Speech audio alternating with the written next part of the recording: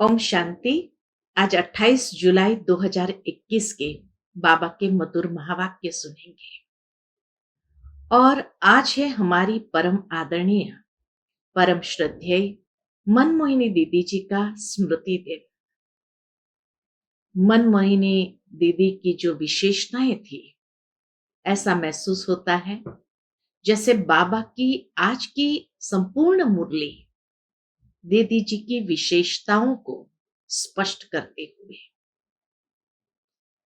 बाबा ने कहा कि महान पुण्य किसको कहा जाता है। दीदी हमारी ऐसी महान पुण्य आत्मा थी जिन्होंने अपने आप को संपूर्ण रीति से बाबा के हवाले कर दिया, अर्थात संपूर्ण स्वाहा हो गए। साथ ही साथ बाबा कहे, महान पुण्य आत्मा वह है जिन्होंने अपने लौकिक संबंधों को संपूर्ण रीति से परिवर्तित कर दिया, अर्थात उसमें से मोह ममत्व को मिटाते हुए संपूर्ण नष्टो मोहा बनने का व्रत लिया। प्रैक्टिकल दीदी जी के जीवन की ये विशेषता थी। और तीसरी विशेषता जो बाबा ने बताई, जीवन में रहते हुए संपूर्ण रीति से विकारों से मुक्त अवस्था। तो ऐसी महान पुण्य आत्मा आज जैसे बाबा के मधुर महावाक्य से कई विशेषताएं दीदी की स्पष्ट की हो, ऐसा महसूस होता है। तो सुनते हैं आज के बाबा के मधुर महावाक्य। ओम शांति। मीठे बच्चे, यह पुरुषोत्तम बनने का संगम युग है। इसमें कोई भी पाप कर्म नहीं करना है। प्रश्न है, संगम पर तुम बच्चे सबसे बड़ा पुण्य कौन सा करते हो? उत्तर है, स्वयं को बाप के हवाले कर देना, अर्थात संपूर्ण स्वाहा हो जाना। यह है सबसे बड़ा पुण्य। अभी तुम ममत्व मिटाते हो, बाल बच्चे घर बार सबको भूलते हो। यही तुम्हारा व्रत है, अर्थात नष्टो मोहा बनते हो। आप में मर गई दुनिया, अभी तुम विकारी संबंधों से मुक्त होते हो। आज की मुरली का गीत है, जले न क्यों परवाना। ओम शांति। यह सब भक्ति मार्ग में बाप की महिमा करते हैं। यह है परवानों की क्षमा के लिए महिमा। जबकि बाप आए हैं तो क्यों न जीते जी उनके बन जाए। जीते जी कहा ही उनको जाता है जो एडॉप्ट करते हैं। पहले तुम आसुरी परिवार के थे, अब तुम ईश्वरीय परिवार के बने हो। जीते जी ईश्वर ने आकर तुमको एडॉप्ट किया है, जिसको फिर शरणागति भी कहा जाता है। जिसको फिर शरणागति कहा जाता है। गाते हैं ना, शरण पड़ी में तेरे। अब प्रभु की शरण तब पड़े कब? जबकि वह आए, अपनी ताकत दिखाए, जलवा दिखाए। परमात्मा अपने शक्ति का दिखाए और अपना जलवा दिखाए। वही सर्वशक्तिमान है ना, बरोबर उनमें कशिश भी है ना। कितना आकर्षण है परमात्मा में, जो सब कुछ छुड़ा देते हैं, सहजता से ही छुड़ा देते हैं। बरोबर जो बाप के बच्चे और बच्चियां बनते हैं, वह आसुरी संप्रदाय के संबंध से तंग हो जाते हैं।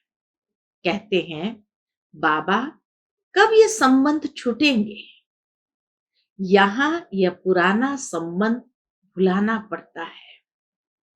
आत्मा जब देह से अलग हो जाती है तो बंधन खलास हो जाते हैं।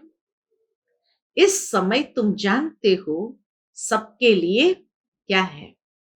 सबके लिए मौत है। और यह जो बंधन है, यह सब है विकारी। अब बच्चे निर्विकारी संबंध चाहते हैं। निर्विकारी संबंध में थे, फिर विकारी संबंध में पड़े, फिर हमारा निर्विकारी संबंध होगा। सतयुग में पुनः निर्विकारी संबंध होगा। यह बातें और किसकी बुद्धि में नहीं होती। बच्चे जानते हैं हम आसुरी बंधन से मुक्त होने का पुरुषार्थ कर रहे हैं। क्या पुरुषार्थ करते हैं? एक बाप से योग रखा जाता है। उस तरफ है एक रावण, इस तरफ है एक राम। यह बातें दुनिया नहीं जानती। कहते भी है राम राज्य चाहिए, परंतु सारी दुनिया रावण राज्य में है, यह कोई समझते नहीं। राम राज्य में तो पवित्रता सुख शांति थी, वह अब नहीं है। परंतु जो कहते हैं उसको महसूस नहीं करते। जो कहते हैं राम राज्य चाहिए, वो महसूस नहीं करते। गाया भी जाता है यह आत्माएं सब सीताएं हैं। एक सीता की बात नहीं, न एक अर्जुन की, न एक द्रौपदी की बात है। यह तो अनेकों की बात है। दृष्टांत एक का देते हैं। तुमको भी कहा जाता है तुम सब अर्जुन मिसल हो। तुम कहेंगे अर्जुन तो ये भागीरथ हो गया। ब्रह्मा बाबा का रथ भागीरथ, यही अर्जुन हो गया। बाप कहते हैं मैं साधारण बूढ़े तन का यह रथ लेता हूं। उन्होंने फिर चित्र में घोड़ा गाड़ी दिखाया है। इसको अज्ञान कहा जाता है। बच्चे समझते हैं ये शास्त्र आदि जो भी है सब भक्ति मार्ग के हैं। यह बातें कोई समझ न सके जब तक 7 रोज समझने का कोर्स न ले। भक्ति अलग है। ज्ञान, भक्ति और वैराग्य कहते हैं। वास्तव में सन्यासियों का वैराग्य कोई सच्चा नहीं है। क्यों सच्चा नहीं है? क्योंकि वो स्थूल चीजों का वैराग्य करते हैं या छोड़ते हैं। वह तो जंगल में जाकर फिर आए शहरों में निवास कर बड़े बड़े मकान आदि बनाते हैं। सिर्फ कहते हैं हमने घर बार छोड़ा है। तुम्हारा है सारी पुरानी दुनिया से वैराग्य। यथार्थ बात यह है। वह है हद की बात, इसलिए उनको हठ योग, हद का वैराग्य कहा जाता है। तुम बच्चे जानते हो यह पुरानी दुनिया अब खत्म होनी है, इसलिए जरूर इससे वैराग्य आना चाहिए। बुद्धि भी कहती है नया घर बनता है तो पुराने को तोड़ा जाता है। तुम जानते हो अभी तैयारी हो रही है। कलयुग के बाद फिर सतयुग जरूर आएगा। अभी यह है पुरुषोत्तम संगम युग। पुरुषोत्तम मास भी होता है। तुम्हारा है पुरुषोत्तम युग। बाबा कहे वास्तव में पुरुषोत्तम मास नहीं, ये तो यादगार है पुरुषोत्तम युग। पुरुषोत्तम मास में दान पुण्य आदि करते हैं। तुम इस पुरुषोत्तम युग में सर्वस्व स्वाहा कर लेते हो। जानते हो यह सारी दुनिया ही स्वाहा होनी है। तो सारी दुनिया का सर्वस्व स्वाहा होने के पहले हम अपने को क्यों न स्वाहा करें? इसका तुमको कितना न पुण्य मिलेगा? वह है हद का पुरुषोत्तम मास। ये तो बेहद की बात है। पुरुषोत्तम मास में बहुत कथाएं सुनते हैं, व्रत नियम रखते हैं। तुम्हारा तो बड़ा भारी व्रत है। क्या व्रत है पुरुषोत्तम मास का? तुम्हारे भल बाल बच्चे, घर बार आदि सब है, परंतु दिल से ममत्व मिट गया है। आप में मर गई दुनिया। तुम जानते हो ये सब खत्म हो जाएंगे। हम बाप के बने हैं, इसलिए पुरुषोत्तम बनने के लिए। सर्व पुरुषों में अर्थात मनुष्य में उत्तम पुरुष ये लक्ष्मी नारायण सामने खड़े हैं। इनसे उत्तम कोई भी मनुष्य हो नहीं सकता। लक्ष्मी नारायण विश्व के मालिक थे। तुम आए हो ऐसे पुरुषोत्तम बनने। सभी मनुष्य मात्र सदगति को पाते हैं। मनुष्य की आत्मा पुरुषोत्तम बन जाती है तो फिर उनके रहने का स्थान भी ऐसा उत्तम चाहिए। जैसे प्रेसिडेंट सबसे उच्च पद पर है तो उनको रहने के लिए राष्ट्रपति भवन मिला है। कितना बड़ा महल, बगीचा आदि है, मुगल गार्डन है पूरा। यह हुई यहाँ की बात। राम राज्य को तो तुम जानते हो। तुम सतयुगी पुरुषोत्तम बनते हो, फिर यह कलयुगी पुरुषोत्तम रहेंगे नहीं। तुम सतयुगी पुरुषोत्तम बनने के लिए पुरुषार्थ कर रहे हो। तुम जानते हो हमारे महल कैसे बने हुए होंगे। कल राम राज्य होगा, तुम राम राज्य में पुरुषोत्तम होंगे। तुम चैलेंज करते हो। क्या चैलेंज करते हैं? कि हम रावण राज्य को बदल राम राज्य स्थापन करेंगे। अब चैलेंज किया है तो एक दो को पुरुषोत्तम बनाना है।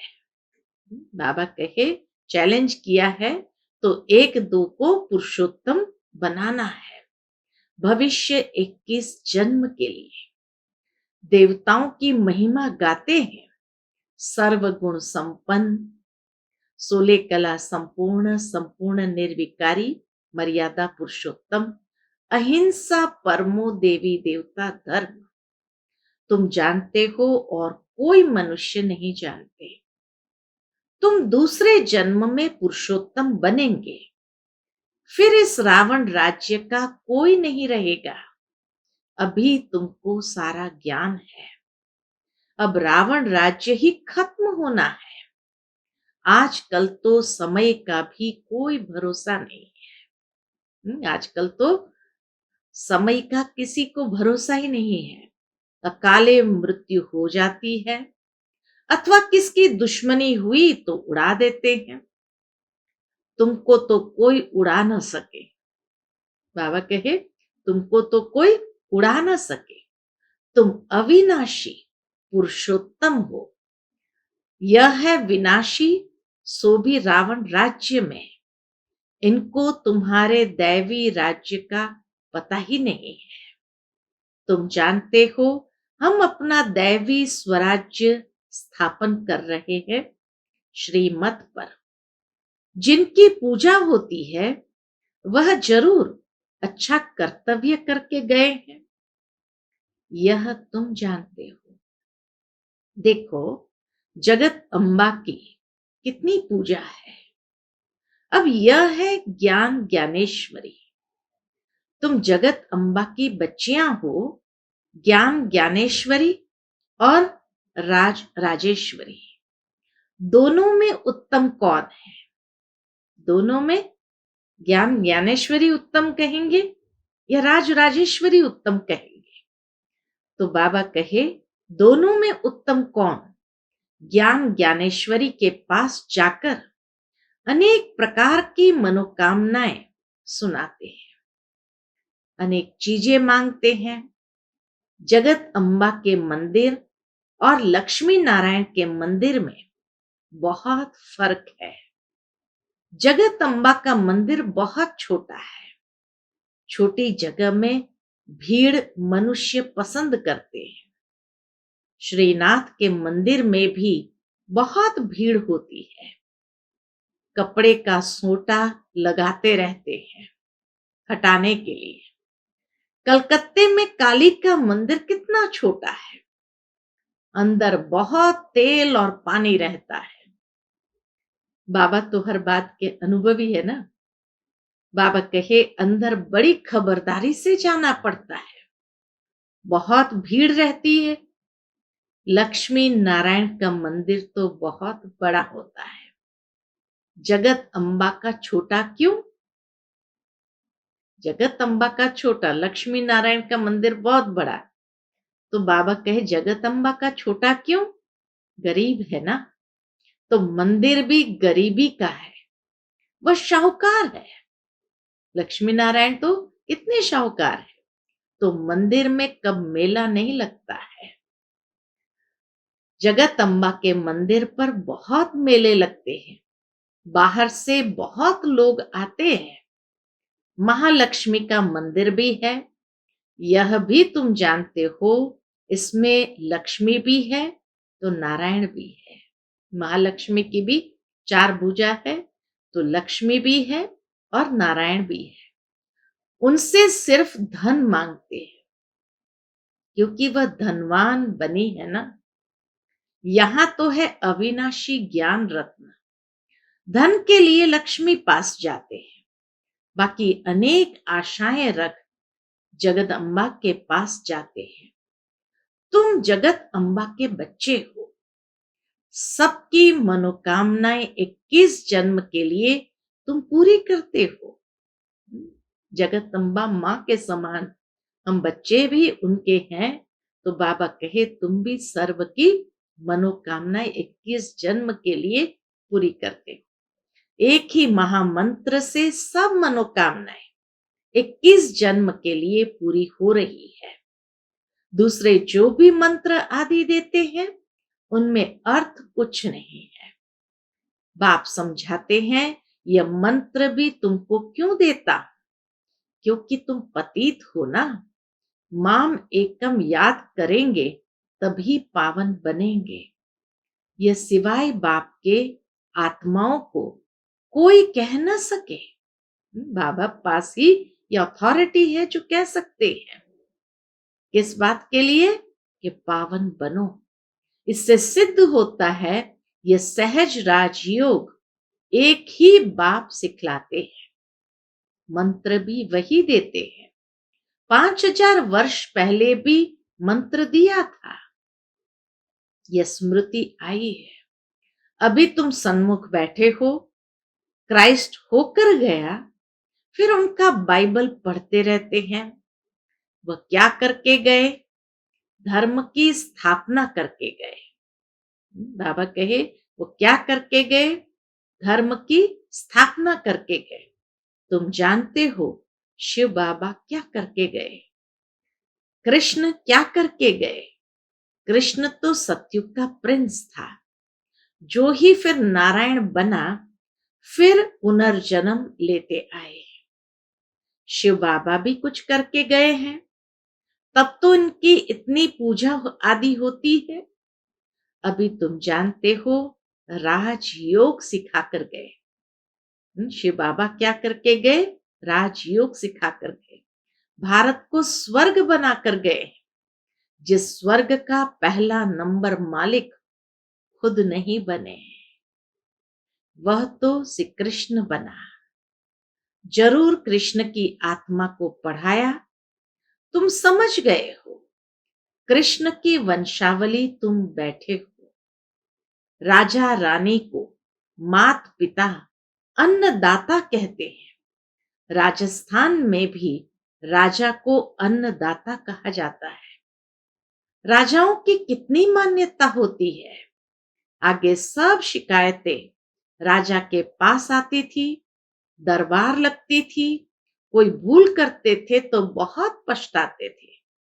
आजकल तो जेल बर्ड्स बहुत है, घड़ी घड़ी जेल में जाते हैं। अभी तुम बच्चों को गर्भ जेल में नहीं जाना है, गर्भ जेल में भी नहीं जाना है, तुमको तो गर्भ महल में आना है। इसलिए बाप को याद करो तो विकर्म विनाश होंगे। फिर कब गर्भ जेल में नहीं जाएंगे, आधा कल्प तक नहीं जाएंगे। वहां पाप होता नहीं है। सब सब गर्भ महल में रहते हैं। सिर्फ कम पुरुषार्थ के कारण कम पद पाते हैं।